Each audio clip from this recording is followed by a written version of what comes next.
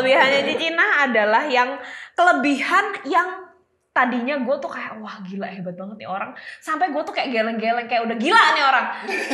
Karena orang ini tuh manusia ini tuh gila itu hati-hati loh. ODGJ sekarang. Iya. Kayak orang ini tuh kayak gigihnya tuh udah wah udah next level lah. Masa kayak it's not something that I can share in here. Confidential, banyak cerita-cerita dan kejadian-kejadian yang gue alami. Yang Cicina alami dan gue mendengarkan ceritanya. Dan gue tuh sampai kayak geleng-geleng gitu. Kayak ada ya orang tuh segigih ini, punya kemauan tuh sekuat ini gitu loh. Itu yang pertama.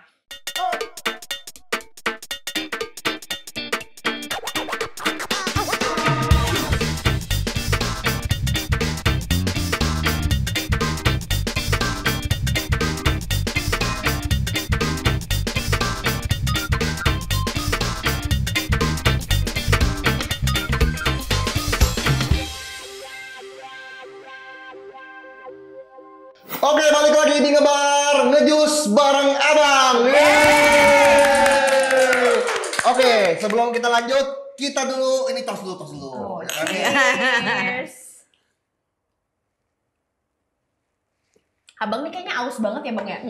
Ya, kan ini kan acara saya emang suka ngejus. Oh iya, oke baik-baik. Kebetulan tinggal saya refill ya. Tinggal refill nanti. Oke, nah tadi udah satu kelebihannya. Nah kita lanjut ke kelebihan kedua. Nah ini kelebihan kedua nih kayak aduh gue tuh semoga ini ya semoga gue tidak berlinang air mata ya. Waduh. Berat guys. Enggak kayak gini loh. Sebenarnya kayak kelebihannya Cimona yang ini tuh intinya dia itu orangnya dia tuh pengen orang-orang di sekitar dia tuh maju. Gitu, jadi kayak aduh gue soalnya kayak dari dia menolong gue ya kan, terus itu ngerawatin gue kayak anak kucing aja. Maksudnya kayak ini loh kayak dia take care of me di Singapura, di Jepang dan seterusnya dan dia kayak dan nggak cuma kayak gitu doang gitu, masa dia juga mengencourage gua untuk kayak ayo do something kayak maju terus dan segala macam, do something new. Terus lu jangan jual ini lah, lu yang ini aja dan segala macam gitu. Jadi dan dia nggak melakukan itu ke gua doang, tapi ke banyak orang gitu. Maksudnya yang dia bisa bantu dia pasti bantu. Sampai gua tuh kadang-kadang ya, sampai bingung. Kadang-kadang dia tuh membantu orang yang tidak mau dibantu.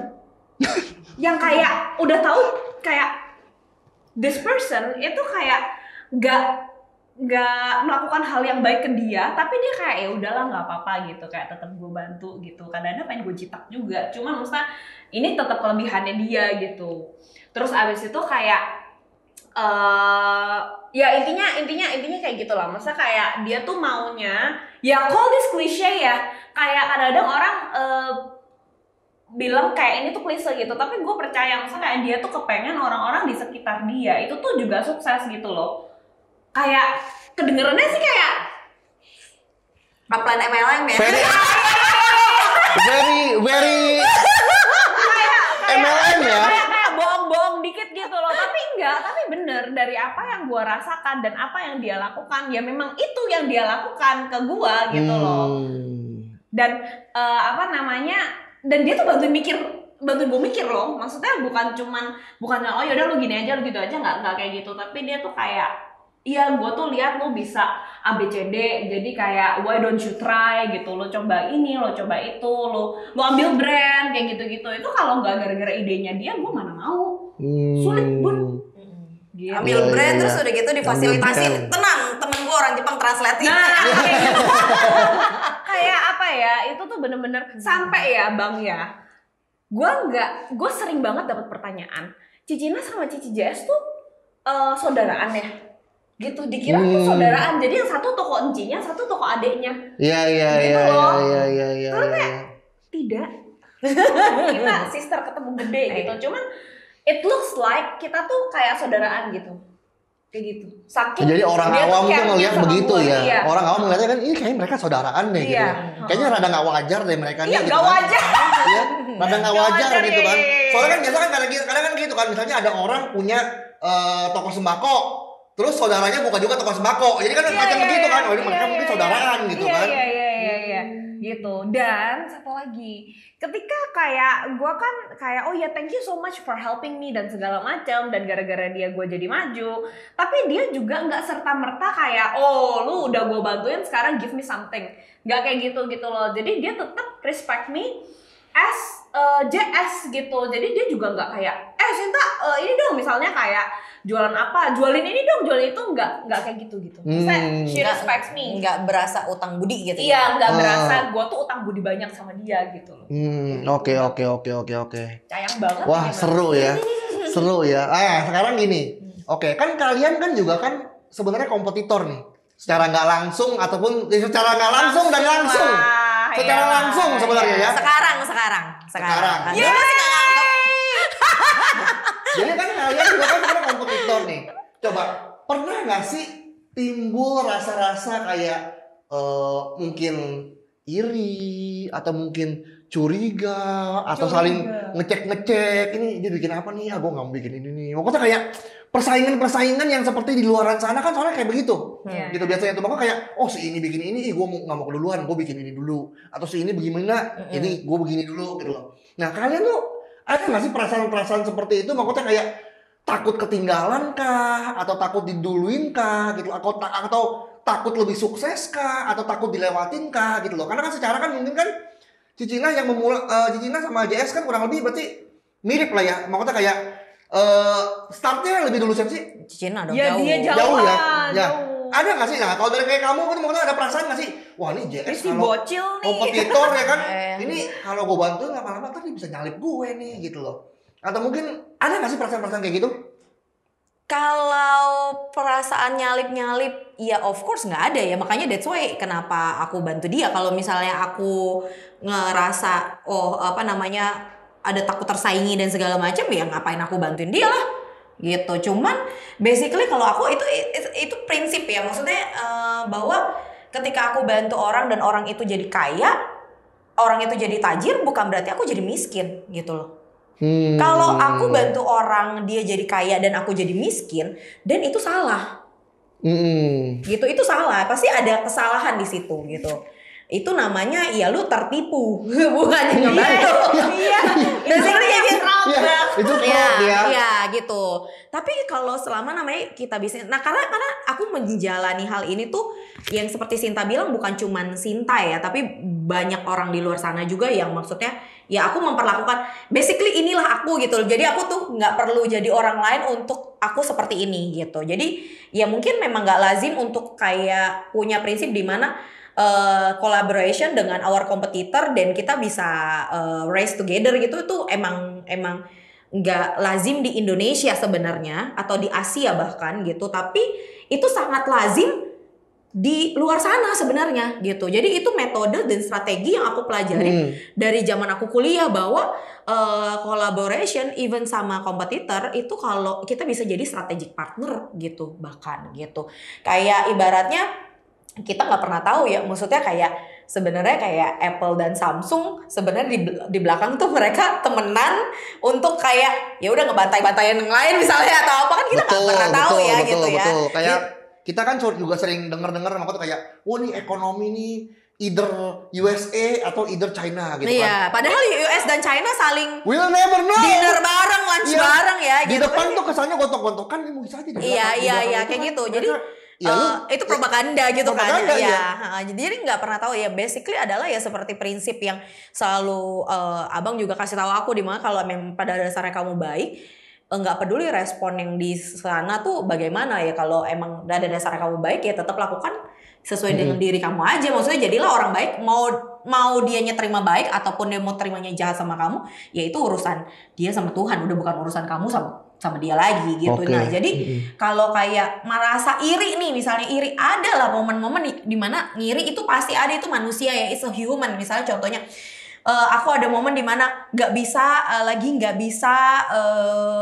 masukin barang yang bagus nih misalnya gitu. Pasti ada momen-momen yang kayak gitu. Kita bisnis kan nggak mungkin lempeng ya, ada belok-beloknya dikit gitu. Nah, terus ngelihat Sinta, oh barangnya bagus-bagus ya, cakep-cakep ya. Itu pasti ngiri dong. Maksudnya, ih barangnya cakep-cakep ya, kayak gitu, ini gitu ya. Tapi ya bukan artinya ya iri itu jadi Ya bukan iri yang jadi untuk kayak ingin dengki. menjatuhkan gitu ya. Iya, Iri gitu. itu nggak kayak wah nih nggak benar Iya, nih. iya, Gini. iya. Tapi ya maksudnya itu jadi salah satu. Aku tuh suka punya kompetitor. Aku suka punya sparring partner. Kenapa aku menciptakan banyak kompetitor-kompetitor gitu ya? Karena dari situ aku bisa menilai aku tuh di posisinya di mana gitu. Apakah aku yang aku lakukan ini sudah beyond expectation, top of the top, atau bahkan just small gitu. Gitu kan kadang-kadang kita suka merasa oh kita dirinya di atas angin, padahal lu tuh sebenarnya ya pantas lu di atas angin. Orang lu cuman merasa lu berenangnya di atas ini di atas danau, which is danau itu kan ke bawah ya gitu. Padahal kalau misalnya lu saingan sama pesawat, ya lu nggak ada apa-apanya gitu. Tapi kan dengan adanya pesawat di samping kita bisa lihat nih, oh ternyata kita masih berapa meter di bawah dia kayak gitu. Apa yang masih bisa kita improve kayak gitu sih sebenarnya. Jadi kayak kalau ditanya iri ya pasti dong. Itu harus ada. Kalau nggak ada itu Hidup segan mati tak mau. iya. Jadi kayak maksudnya kita nggak bisa melihat orang ya cuman baik-baik aja gitu. Maksudnya tapi kita nggak bisa improve untuk bisnis kita. Kita nggak bisa kalau kita nggak ada iri, kita tuh nggak bisa koreksi kalau menurut aku. Gitu. Tapi kan iri itu ada yang positif, ada yang negatif gitu kan. Balik lagi itu respon kita tuh bagaimana. Kalau respon kita negatif dan iri itu ya udah gue jatuhin Sinta gitu misalnya. Gitu, gue bikin di barangnya disabotase misalnya kayak gitu ya kan. Tapi itu kan bodoh, maksudnya daripada lu pusing-pusingin otak lu, isiin otak lu dengan bagaimana cara menjatuhkan Sinta, lebih baik lu pusingin nih. Nah kalau Sinta punya 1000 SKU, gimana caranya gue punya 2000 SKU kan kayak gitu. Jangan, susah banget tau. banyak. Jangan. Jadi tuh kayak ya kayak gitu. Jadi balik lagi kita semua punya waktu yang sama 24 jam. Tinggal bagaimana kita mau isi otak kita dengan apa gitu. Jadi ya kalau ditanya maksudnya persaingan bagaimana kayak gitu ya, aku lihat sih di luar sana dan aku merasa bersyukur sekali maksudnya di nail art gitu ya, terutama di Indonesia, which is my industry gitu ya, my lovely industry gitu. Aku masih bisa menemukan persaingan yang sangat positif dan saling membangun. Dan itu kayak ya emang dari hati aja, bukan cuman kayak pencitraan gitu, tapi memang bener-bener kita mau gotong royong nih untuk angkat industri kita nih gitu dengan caranya mereka masing-masing. Itu masih aku ngalamin banget di sini. Tapi kalau aku lihat industri seberang sana, wah sadis sih. Jadi aku bersyukur banget sih aku ada di industri yang sepositif ini. Iya. Kayak kemarin kita juga sempat datang yang ke seminar itu, yang pada saat pengusaha kopi itu kan, mereka di sana, aku dapat satu ini juga keynote yang dari mereka itu. Jadi pada saat mereka di saat yang bersamaan mereka tuh juga compete each other gitu kan. Di saat yang bersamaan mereka melihat sekarang itu bukan zamannya lagi yang namanya kompetitor tuh saling sikut-sikutan. Gitu loh. Jadi kompetitor tuh yang saling sikut-sikutan tuh itu udah oldies banget gitu loh. Makanya kayak itu zaman dulu banget yang namanya kompetitor tuh kita jatuhin, kalau bisa kita bikin sampai bangkrut gitu. Itu tuh oldies banget gitu loh. Nah, mereka kemarin kasih satu pandangan bahwa di Indonesia ini contohnya nih kompet bikin pengusaha kopi ya. Mereka bilang gini, orang-orang di Indonesia pecinta kopi itu masih kalau zaman dulu itu orang-orang yang benar-benar ngerti kopi banget. Orang-orang zaman dulu tuh yang ngerti kopi banget, yang minum kopi. Dan banyaknya itu merek-merek luar dari luar negeri masuk gitu lah. Kita sebut yang depannya S, ya kan, mungkin depannya C gitu kan. Rambutnya jangan lupa ya. Iya. Ya pokoknya merek-merek luar lah. Nah kan pengusaha-pengusaha kopi lokal ini, sedangkan ini mereka hadir di Indonesia saling berkolaborasi juga, walaupun secara langsung mereka juga berkompetisi, tapi mereka itu berpikir bahwa mereka dengan cara mereka tuh buka ada kopi ini, ada kopi itu, ada kopi ini, ada kopi itu. Jadi makin menumbuhkan minat orang Indonesia yang tadinya tuh beli kopinya tuh mungkin mereka mahal, tapi sekarang kopi lebih affordable. Kenapa? Karena makin banyak pemainnya dengan harga yang makin lebih affordable, gitu loh. Jadi tuh ya bisnis luar sana juga rasa-rasanya udah mulai menyadari ya kayaknya sih. Iya, dan marketnya juga beda gitu. Even kayak Sinta sama aku juga marketnya tuh beda sebenarnya. Walaupun yang dijual barangnya sama. Tapi gitu kita ya? punya market sedikit Iya sih berbeda. bener-bener kan Gitu. kita bener-bener pernah bahas. Nah coba kalau dari Sinta gimana Pan soal ini masalah berkompet, punya rasa iri gak sih, takut Ya. kalah saing, kalah cepet apa gimana? Ada nggak perasaan kayak gitu? Gini ya, kalau menurut sudut pandang aku, it's all about zaman sih. Soalnya gini, kayak kenapa sih kayak orang tuh ngerasa terancam dengan adanya kompetitor? Karena menurut aku ya, zaman dulu orang tuh kan gak main sosial media, gak punya sosial media, kendaraan juga terbatas, yang punya mobil cuma orang-orang kaya, bahkan kalau zaman dulu lagi tuh cuma punyanya kereta kuda ya. Dan bumi ini kan gede banget kan, lokasi ini tuh gede banget, bahkan orang tuh banyak yang kemana-mana tuh jalan kaki.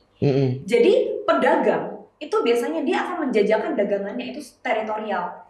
Jadi misal kayak nih dia menguasai daerah BSD nih, dia jualan beras di BSD gitu. Of course kalau misal ada tukang beras lain yang masuk ke BSD, ya of course dia nggak suka. Dia menganggap itu kompetitor yang kayak, oh lu nggak boleh jualan di sini, lu ngambil market gua. Of course karena BSD sini cuma berapa orang gitu, cuma berapa ratus orang. Tapi dengan seiring perkembangan zaman, orang udah pakai sosial media dan segala macam, market itu jadi jauh lebih meluas gitu. Jadi kompetitor tuh udah nggak ada artinya.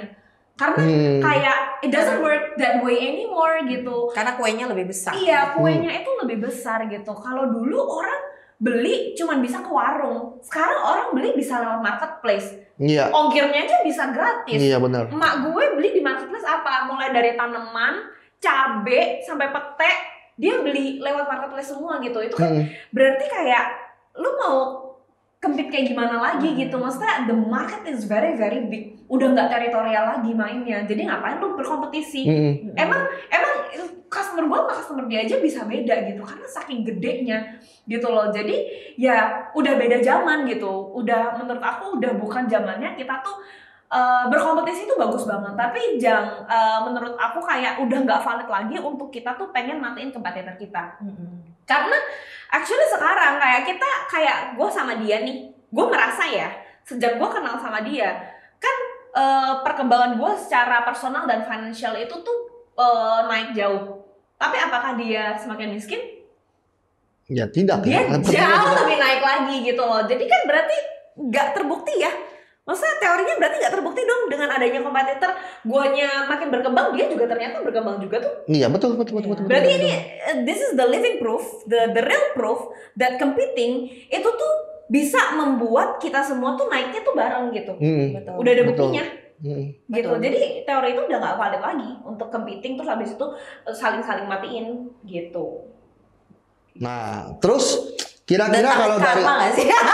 Nah iya, dan karma itu ada loh. Iya, dan karma itu ada. Karma gitu. Dan sekarang karma juga datangnya instan ya. Iya, lebih semenjak cepat dari JNE. langsung ya real. Nah, tapi terlepas dari itu, ada nggak sih batasan-batasan yang kalian tuh jaga? Dalam arti kata kan, walaupun ya satu sisi kalian kompetitor, tapi kalian juga kan berteman juga gitu kan, dan hubungannya itu makanya pertemanan juga dekat. Nah, tapi ada nggak sih batasan-batasan yang kalian sama-sama jaga? Karena apa? Karena makanya ya biar gimana pun gitu kan, ini kompetitor tapi dia juga teman, tapi ya teman tapi dia juga kompetitor gitu loh.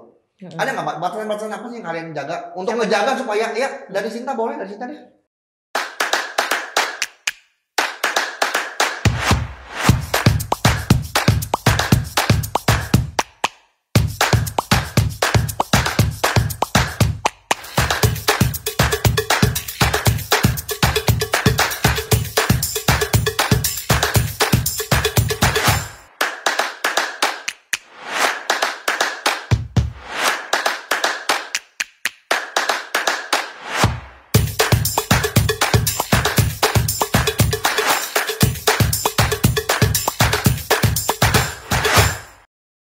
Kalau gua apa yang boundaries-nya? Logically, lu sama emak lu aja pasti ada batasan kan? Betul. You and your brother itu pasti ada batasan. Baru Lu nggak mungkin tiba-tiba bangun kayak ngomong kayak jelek banget sih lu, kayak tiba-tiba bangun kayak gak jelas gitu.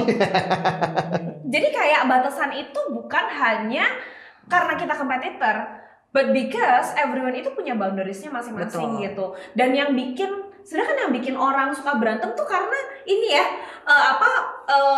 melewati batasan itu gitu loh, karena kelewat batas. Kayak suka bilang kebablasan kelewat batas ya. Makanya kayak one of the key menurut gua yang membuat relationship itu bisa long term itu adalah untuk menghargai batasan-batasan orang-orang di sekitar kita, nggak cuma kompetitor kayak gitu. Jadi ya gampangnya gini sih, kalau lu nggak mau ditanya hal ini, Dan lu jangan nanya. nah tuh kadang-kadang ada orang gini, kayak misalnya contoh langsung. Contoh misalnya iya kayak gini, lu nggak mau ditanya kan harga modal lu berapa, Dan lu jangan nanya orang. Tapi banyak orang yang kayak gitu, kayak dia nggak mau ngasih tahu, tapi dia mau tahu. Nah, kalau ketika udah terjadi seperti itu, dia nggak akan bisa. Gak usah jauh-jauh. Misalnya contohnya kalau kita punya adik nih, gitu. Punya adik, terus adik kita nanya, Ceh pacaran sama siapa misalnya, kayak gitu. Sedangkan aku nanya sama dia, lu lagi deket sama siapa, lu nggak mau jawab. Berantem nggak tuh kakak adik? Berantem, gitu. Ya apalagi kompetitor gitu. Maksudnya jangan tanya pertanyaan yang lu juga nggak mau share hal itu sih paling gampang kayak gitu. Ya benar-benar. Kalau lu merasa lu nggak nyaman ditanya seperti itu, dan lu juga jangan nanya hal itu sama kompetitor lu atau sama siapapun. Contoh misalnya kayak sekarang kan banyak yang berkembang kayak misalnya nggak suka, maksudnya ditanya tentang kok udah married belum punya anak, misal hal-hal yang kayak gitu kan sekarang kayak lagi concern banget ya kayak gitu ya. Nah, dan kalau lu nggak suka ditanya seperti itu, ya lu sendiri nggak suka ditanya seperti itu, ya jangan lu tanya gitu ke temen lu yang udah married dan belum punya anak. Gampangnya gitu dong, gitu. Atau misalnya lu punya temen yang jomblo tapi belum dapat pasangan atau belum married misalnya, lu merasa kalau lu sendiri nggak mau ditanyain hal itu, ya lu juga jangan nanya, jangan memulai pertanyaan itu ke orang lain juga kayak gitu. Nah itu cara gampang untuk kita bisa punya hubungan yang langgeng gitu, karena emang banyak hal yang sebenarnya kita tidak perlu tahu juga sih. Gitu. Kita nggak perlu tahu sih sebenarnya hal itu gitu. Nah, aku ibaratnya kayak misalnya ngasih tahu Sinta atau apapun juga awalnya karena Sinta nanya, ya aku jawab. Jadi balik lagi kita maksudnya masing-masing mesti punya self awareness akan sebatas apa kita bisa melangkah untuk either itu diskusi, nanya atau apa gitu ya. Iya, maksudnya kan we're adults ya. Udah gede ya, udah tahu maksudnya kayak pertanyaan apa yang kira-kira akan ofensif buat kita, ya jangan ditanyakan gitu. Terus udah gitu, jangan mancing. Kayak misalnya contohnya, kadang-kadang ada orang suka kayak gini. Dia nggak mau ngasih tahu hal ini, tapi sok-sok mancing. Misalnya contohnya kayak ya Sin, sorry nih gue mau keluarin produk baru, tapi sorry gue belum bisa kasih tahu lu. Nah itu menurut aku itu juga kekanak-kanakan. Kalau lu emang nggak mau, lu belum waktunya mau ngasih tahu, dan lu jangan nggak usah ngomong kalau lu ada sesuatu yang lu rahasiakan dari kita. Enggak, itu kesannya jadi kayak lebih mau kayak mau pamer, iya. Kayak mau pamer tapi nggak mau ngasih tahu. Tapi kayak iya nih gue pengen ini nih beli punya produk baru gitu, tapi sorry ya gue belum bisa kasih tahu. Nah gitu. itu hal-hal yang itu bisa mancing ya. Kalau aku sih kayak gitu kayak iya tapi kan sekali dua kali. Iya gitu sekali dua kali mungkin ini, tapi kan lama-lama orang risih juga.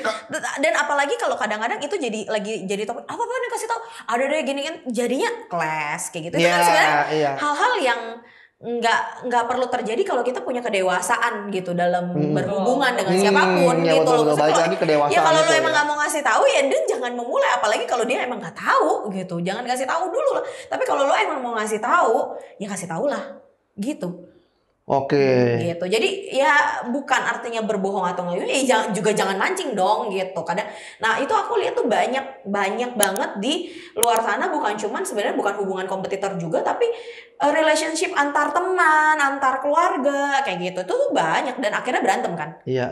Gitu. Karena nggak semua orang nggak suka dibikin penasaran. Tapi sebenarnya pada dasarnya kalau misalnya orang yang memang punya hubungan yang baik di pertemanan dia, di relasi dia, harusnya mudah atau susah juga sih bisa punya mindset soal berteman dengan kompetitor? Maksudnya banyak orang kan yang kayaknya melihat kalau kompetitor kok berteman tuh kok bisa gitu loh. Kalau sebenarnya kalau nggak tahu ya, kalau misalnya dari gue sih ngerasanya gini sih, makanya kayak loh emangnya kenapa enggak? Malah kayak loh emang nggak boleh, emang kenapa enggak gitu loh. Tapi kayak banyak orang di luar sana tuh momok untuk berjalan bareng kompetitor tuh masih sangat kayak awkward banget dialami di luar sana. Lebih ke arah apa sih? Kalau menurut gua itu sebenarnya simply because mereka itu masih terjebak di masa lalu. era bapaknya. Iya, era bapaknya yang kamu hati-hati. Ya karena betul misal- karena orang tua dari zaman dulu Ya kan. karena ya. role model kita sebagai seorang pengusaha biasa orang tua kita tuh dulunya. Nah kebetulan orang tua kita berdua bukan pengusaha. Iya, jadi kita masih virgin. Pikirannya masih virgin. virgin. Oh, Jadi- nggak apa-apa. Nah, kalau kalian mau berteman sama kompetitor, pastikan ya orang tua kalian jangan pengusaha. Pasti lebih mudah ya. Lebih gampang. Gitu. Karena nggak ada yang ngomongin gitu kan. Kalau misalnya orang tua Iya, pengusaha, iya. kamu kok main masih itu? Nanti ketahuan dong ininya, Iya, gitu kayak ya. jadi secara tidak sadar itu jadi kayak wah competitor is not a good friend gitu, Iya. nggak boleh gitu. Karena diajarinnya nggak ada begitu tuh. buktinya juga, nggak ada buktinya Iya, juga. iya. Kayak emang beneran lu pernah dihianati gitu sama your competitor atau diapain gitu. Dan kadang-kadang ada orang yang merasa dihianati padahal sebenarnya bukan dihianati tapi kesalahan dia sendiri gitu. Oke. Ya tapi maksudnya ya kita juga bukannya be naive gitu ya kan, maksudnya ya udah friends to everybody gitu. Ya, nggak juga Ya sih. enggak juga gitu, ada juga ya maksudnya kita tetap harus berhati-hati ya. Basically aku selalu ngomong maksudnya circle kita tuh penting. 5 orang terdekat kita akan menentukan siapa kita 5 tahun ke depan gitu. Itu tuh aku sangat Siapa 5 orang terdekat kamu? Siapa guys?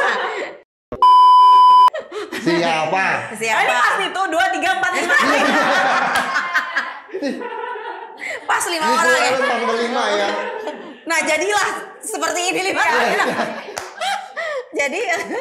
jadi ya semoga 5 tahun ke depan kita buka PH ya. Iya, amin. Nah jadi kayak dari situ berarti kan karena kita cuma punya 5 nih ya. Jadi kita harus benar-benar berteman boleh sama siapa aja tapi bergaul dan menghabiskan waktu itu harus milih-milih. Betul. Karena itu akan menentukan mindset kita tuh bakal kemana ke depannya gitu. Jadi ya aku prefer aku cuma deket sama 1 daripada yang 4-nya belangsak gitu maksudnya. Gitu karena mindset 4 orang ini kalau dia dekat sama aku itu akan mengubah aku, siapa aku, karakter aku dan mindset aku kayak gitu. Jadi lebih baik 1, 2 tapi itu yang benar-benar oke gitu. Oke. Nah, sekarang kalau gini misalnya kan kalian kan sama-sama punya produk yang ibaratnya sama-sama misalnya jualan misalnya kutek gel gitu kan. Tapi kan berbeda dong. Sinta jualnya apa, Cicina jualnya apa. Nah, gimana kalian ngadepin orang-orang atau mungkin customer di luar sana yang mungkin kayak nanya gini, Cicina, misalnya Yumi sama Niko bagusan mana sih gitu loh?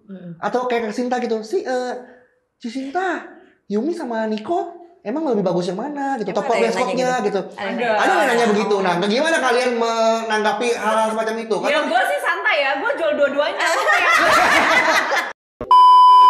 lu mau Yumi Ini mau Niko, susahnya ya, guys. duitnya masuk ke gue semua. ini susahnya kalau misalnya mereka itu balik lagi begitu ya. Ya, tapi kalau yang nanya bagusan mana deh maksudnya, tapi gimana? Maksudnya kalau tanya bagusan mana kalian jawabnya gimana? Bagusan mana deh? Gini ya, yo langsung galak gini ya guys.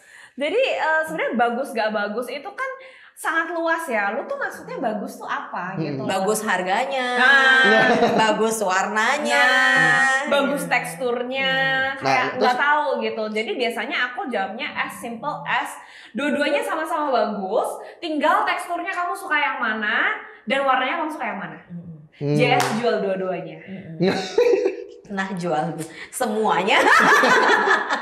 Basically Oke. ya kayak kalau orang nanya, karena gini ya balik lagi bagus itu kan preference ya. Maksudnya ya of course gini, aku sebagai pelopor brand itu, JS bikin pelopor brand itu pasti kita punya. Ya bagi gue ini barang gue ini kecap gue nomor 1 lah pasti kan kayak gitu dong gitu. Jadi selama produk itu punya value, menurut aku ya dua-duanya bagus gitu. Dan ketika orang nanya ya tinggal Cobain aja. Iya cobain aja dua-duanya gitu. Nah kan kalau lagi ada promo ya beli aja dua-duanya. Jadi kamu tentuin, abis kamu tentuin dan kamu baru beli banyak. Gitu karena kalau aku pribadi aku suka yang kayak aku ciptakan yang kayak gini karena aku suka yang seperti ini gitu. Nah JS bisa punya yang kayak gitu ya karena JS suka yang seperti itu gitu ya. Nah sekarang kamu sukanya yang aku atau JS kan gitu. Apapun itu tetap kita masuk kantongnya sih. Iya. Oke. Tetap masuk kantong kita semua. Gitu. Oke, Cuma nah. kadang-kadang ini sih, gue juga suka ditanya kalau brand lain yang gue tidak jual. Iya. Yang kayak Gimana gitu. tuh kalau kayak begitu tuh? Gue biasa cuma bilang kayak you might wanna try everything. Kayak misal brand ini sama ini bagusan mana dan yang satu gue nggak jual, ya udah kayak coba aja karena sejujurnya aku belum pernah mencoba brand itu. Betul, gitu. betul. Kita akan Karena bilang seperti itu. karena kan semua barang yang ada di JS itu semuanya aku yang curate. Jadi aku yang cobain dulu, makanya aku bisa jualan macam-macam. Karena menurutku oke, ini udah lulus standar dan segala macam kayak gitu. Jadi ya feel free to try. Bahkan kalau misal kita jualan pun kan kadang-kadang ada produk yang misal harganya murah banget, nah ya nggak bisa lah berharap kualitasnya yang sama yang harganya selangit kayak gitu kan. Itu aja sesama produk yang kita jual aja tuh bisa di-compare gitu. Maksudnya orang kayak nanya kalau yang ini sama yang ini bedanya apa ya? Nah, ya dari harganya udah beda ya bun. Nah, gimana tuh kalau misalnya nyambung ke soal masalah harganya, kalau harga gini kualitas mungkin bisa beda. Nah, di luar sana kan mungkin kan banyak kan di luar produk-produk yang kalian jual tuh mungkin ada yang bukan yang barang-barangnya dari bukan barang-barang dari JS, mungkin yang banting-bantingan harga atau gimana, maksudnya kayak oh kalau misalnya sama JS mah jualan mahal, kutek gelnya misalnya ini lebih murah nih gitu. Gimana kalian ngadepin kalau persaingan kayak gitu di luar sana? Kalau aku kalau terhadap orang lain I don't care karena karena balik lagi kalau basically adalah ya aku memvalue diri aku bukan cuma sekadar oke, ini harga modal dan harus dinaikin sekian persen untuk margin selesai gitu, nggak bisa. Karena balik lagi nggak usah jauh-jauh, krunya JS sama krunya Nah aja udah beda. Berapa banyak karyawan yang harus kita hidupi, pajak yang harus kita bayar, sedangkan orang-orang di luar sana belum tentu punya itu. That's why kenapa yang tadi Sinta ngomong juga, ya waktu dulu dia jual kuku palsu 100.000 24 piece karena dia belum punya siapa-siapa dan motivasinya dia cuma melebihi uang jajan dia. Sedangkan pada saat aku buka bazar, itu aku udah punya SPG, aku harus bayar booth, terus udah gitu aku harus bayar komisi and everything, dan aku itu adalah bukannya cuma untuk dapetin uang jajan, tapi aku memang punya usaha dan aku harus bayar pajak dan segala macam kayak gitu. Beda beban hidup ya bun ya. Gitu. Nah, jadi hitungannya pakai belum betul kalau gitu ya. Oke. Gitu. Nah, kalau kita malah strateginya menghadapi yang kayak begitu ya, especially untuk kenal NJS aja sih sebenarnya ya. Kita nggak tahu kalau orang lain bagaimana. Cuman kalau kita berdua itu malah kita saling adu value ya sini ya. Jadi kayak kita malah nggak pusingin orang harga terserah mau dibanting-banting gimana. Kita malah jadi adu value yang menyebabkan harga kita malah saling naik. Iya kayak. Jadi bukannya banding tapi malah leverage ke atas gitu. Dia jual 200.000, gue jual 250.000 gitu coy. Oh jadi bukan malah turunin malah naikin? Iya. Karena gini loh, kayak apa namanya, kayak misal kita sebagai kaum Adam dan Hawa, itu kan kita sama-sama bentuknya kayak, ya bentuknya manusia gitu ya. Cuman kalau mencari pasangan tuh kan kayak, oke, what quality that I can give, gitu kan. Jadi kualitasnya dinaikin. Gue mau jadi orang yang pintar supaya nanti pasangan gue juga pintar. Gue mau cari duit yang banyak supaya nanti pasangan gue itu juga sukses apa dan segala macam. Nah itu goes the same with this, gitu loh. Jadi aku nggak pernah melihat barang-barang yang aku jual itu tuh apa namanya sebagai barang modal dan dijual harga jual gitu. Jadi aku nggak pernah melihat itu, tapi kayak dari barang ini aku bisa kasih value apa. Contoh hal yang simple deh, contoh misalnya ada orang jual, misalnya ada satu barang, nah barang ini harganya misalnya let's say 10.000 gitu ya kan, 10.000. Nah di pasaran orang bantingin nih 8.000 gitu. Dan aku jual 12.000, tapi hari ini juga kamu pesan, hari ini kamu sampai, kamu mau yang mana? Jadi ada edit value-nya di situ. Yes, gitu. Ada mungkin yang 8.000 apa? itu PO 7 hari gitu. Karena dia mesti order dulu ke supplier. Sedangkan kalau aku ya karena nggak punya modal. Iya, Ya, sedangkan ya, aku 12.000, kamu same day, kamu bisa langsung gojekin gitu. Nah dan itu kan juga cost. Kita beli barang, kita open stock, banyak itu kan juga cost. Iya. Gitu. Nah, itu salah satu, maksudnya kayak edit value yang dulu misalnya juga justru ya kayak misalnya kayak dulu Sinta mungkin dulu juga awalnya ya Justy, PO dulu yang masih yang kayak gitu, namanya orang kita belum punya modal kan. Nah, terus value-nya masih rendah. Nah, ketika waktu itu aku bilang ya, lu harus berani stok barang dan lu jadi bisa jual harganya lebih mahal, lu lebih ada untung, lu lebih ada nafas karena one day gak bisa lu cuman kerja sendiri, lu pasti akan punya staff dan segala macam.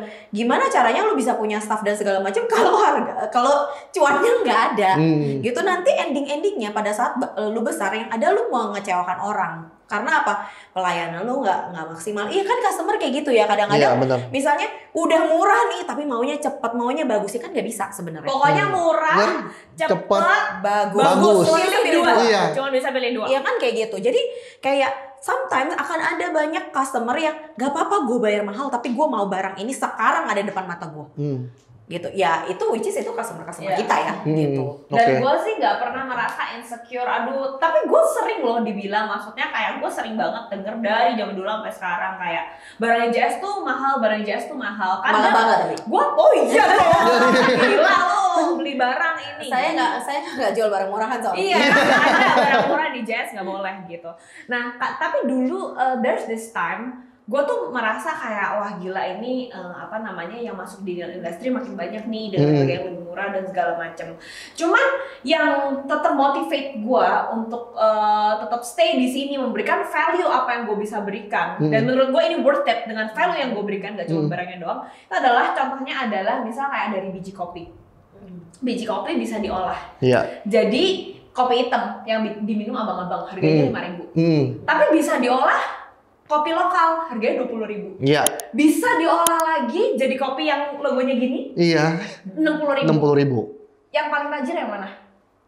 Yang gini dong. Iya, betul. Buktinya ternyata nggak jatuh tuh. Biji kopi yang sama dijualnya bisa 60.000 gitu kan. Tapi yang ini jual cuma Lu kasih nama suka-suka lu lah. Iya. Sumatera, Pike Place, roasted lalalala kayak gitu, terserah itu. Jangan lupa ada itu tempatnya value. ber-AC gitu Iya, ya. itu value yang lu kasih. Betul. gitu. Dengan customer service yang kayak halo selamat pagi hari Disebut ini mau minum kopi namanya. apa, Iya, gitu. dengan kakak siapa? Iya, gitu. iya. Dengan Kakak kakak Sinta mau Iya, cafe gitu. latte-nya atau americano-nya gitu. Kakak udah punya password wifi-nya belum gitu-gitu.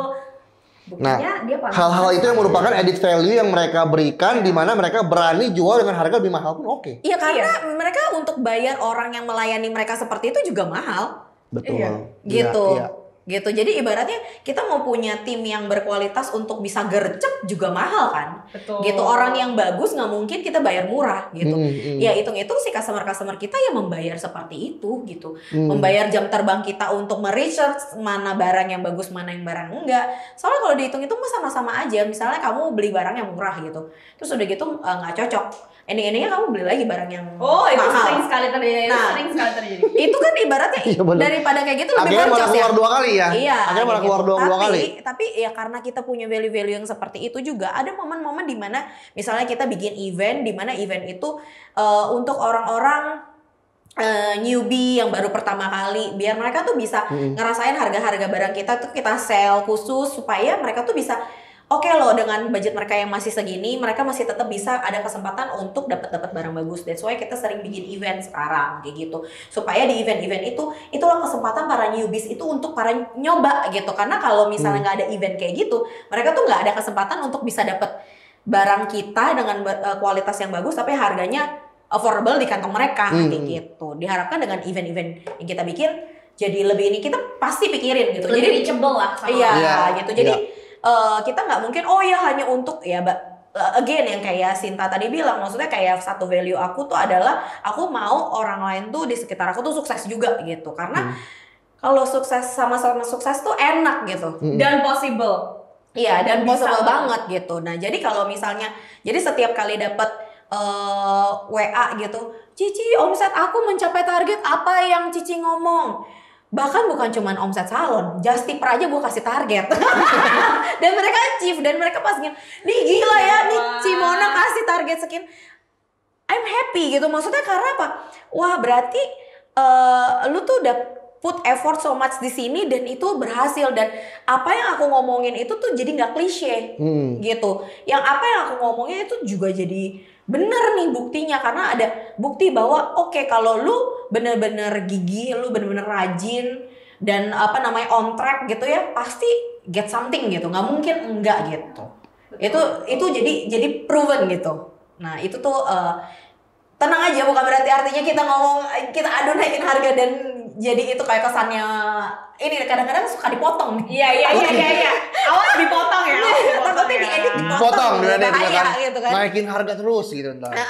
Tapi ya balik lagi, maksudnya kita tuh punya value, kita harus jaga. Toh sebenarnya kalau kita naikin harga itu juga bukan karena maunya kita mau maunya nggak naik harga. Tapi gimana? Pengiriman naik, inflasi naik, kurs naik, dari supplier juga harganya naik. Ya sebenarnya gini loh, kalian makan warteg dari goceng jadi 10.000 aja naik, kalian nggak protes kok malah barangnya naik 10% protes kayak gitu lah kurang lebih. Inflasi gitu. Oke. Iya. Dan satu lagi nih, maksudnya ini ini one of the reason kenapa aku lebih baik adu value daripada adu harga. Mendingan aku perang value daripada perang harga. Iya, karena menurut aku tuh masih kemampuan aku secara personal dan financial itu masih sangat terbatas.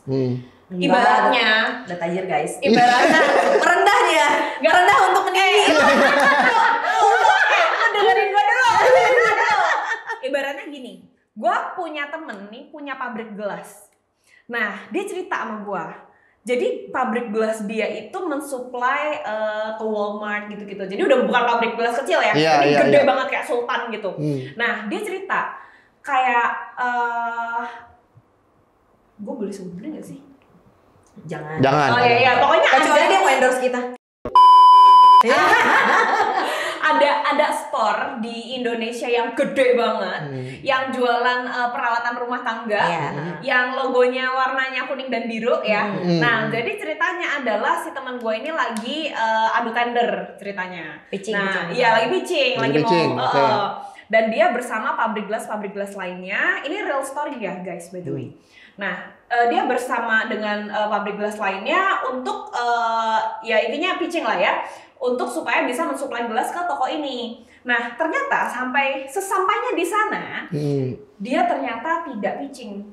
Tapi dia itu dikasih kertas dan dia disuruh menuliskan modal elu dari produksi, biaya operasional, dan segala macam itu berapa sampai ketemu modal gelas elu berapa. Jadi, yang ngasih cuan, yang nentuin cuannya itu adalah tokonya. Bukan dia si pabrik gelasnya. Karena orderan gue banyak banget. Lu pabrik satu itu belum tentu bisa mensuplai toko gue satu. Iya. Nah, dari cerita ini, aku tuh jadi kayak sadar banget kayak, oh kalau gue perang harga, gue akan mati sama yang kayak gini-gini. Kayak gue nggak akan punya modal yang banyak banget sampai gue tuh bisa neken harga produksi, sampai gue bisa jual murah. Di toko itu gelasnya murahnya setengah mati. Kayak itu gelas 1 juta umat, semua restoran udah pokoknya belinya pasti di situ. Padahal dia tuh tokonya juga gede banget gitu loh. Jadi kayak kenapa aku nggak mau price war? Karena aku bakalan gampang banget tumbang sama kalau raksasa kayak gini. Jadi iya. jangan main-main kalau ini kayak lu kecil nggak, kayak gue tuh ngerasa kayak lu tuh kecil. Jadi lu tuh nggak usah sok-sokan masuk harga murah, nggak akan kuat gitu loh. Iya. Gitu ya kan kita kalau belanja kan juga kayak gitu. Semakin kita belanja banyak, semakin harganya murah. Berarti semakin giant itu dia powernya akan semakin lebih besar. Jadi udah lah nggak usah coba-coba gitu. Tapi kalau value belum tentu. Betul. Karena kalau value itu harganya bisa lebih naik dibandingin sekedar kita cuma banting diskon atau banting murah-murah. Iya, yang nggak usah jauh-jauh kayak misalnya Gojek instan sama same day gitu kan. Same day 15.000, instan 90.000. Kalau kita butuh urgent, 90.000 ya kita bayar. Iya, kayak gitu. Jadi kayak aku lebih suka adu value sih. Bahkan kayak di marketplace aja ya. Maksudnya kayak cara aku belanja gitu ya di marketplace. Aku kan tipikal kalau belanja itu sesuai dengan kebutuhan. Hari ini butuh ini, dan baru belanja ini. Ya aku prefer bayar ongkir dibanding bebas ongkir tapi nanti nyampenya 2-3 hari atau 4 tahun. Iya, tapi masalahnya satu, Anda kalau Cicina kalau pesen di marketplace semua pakai nama nggak nama dia. Nama saya. Jadi barang lalu kirim kan, ya Pak Surya dari ini Tokopedia. Saya bahkan nggak punya akun Tokopedia. Gue nggak pernah beli di Shopee, Tokopedia itu nggak pernah. Kalian selesaikan di rumah. Iya, ini namanya pakai nama saya terus. Gitu kalau belanja ini. Supaya nggak merasa bersalah banget lah. Enggak, bukan. Enggak, maksudnya kan biar dia berasa dapat kado. Iya. Jadi kalau ditelepon gitu kan, Pak Surya barangnya udah sampai. Berarti dia nih bukan gua. Iya, abang waktu itu mau belanja aja nanya gua, gimana sih? Sampai ada ya orangnya. Nah, oke. Next. Nah, kan kalau dari topik hari ini ya kan berawal dari kompetitor jadi teman, tapi endingnya bisa jadi seorang partner bisnis. Nah, ini nggak banyak nih. Kalau dari kompetitor ke teman itu mungkin ada banyak. Iya betul. Ya, kompetitor berteman wajar ya kan. Nah, tapi ini kompetitor tapi akhirnya jadi partner bisnis. Nah, gimana ceritanya kalian bisa jadi sampai di level jadi partner bisnis itu? Berawal dari kompetitor, berteman, Berat terus ya. jadi partner bisnis. Masa-masa itu justru. Masa-masa apa nih? Masa-masa dari Masa-masa kompetitor dan udah kompetitor, teman berteman. gitu. Iya gitu. Karena untuk menjadi partner bisnis itu kan gak gampang ya. Banyak orang ya bisa dibilang 1 dari 3 bisnis yang berpartner itu bye-bye gitu.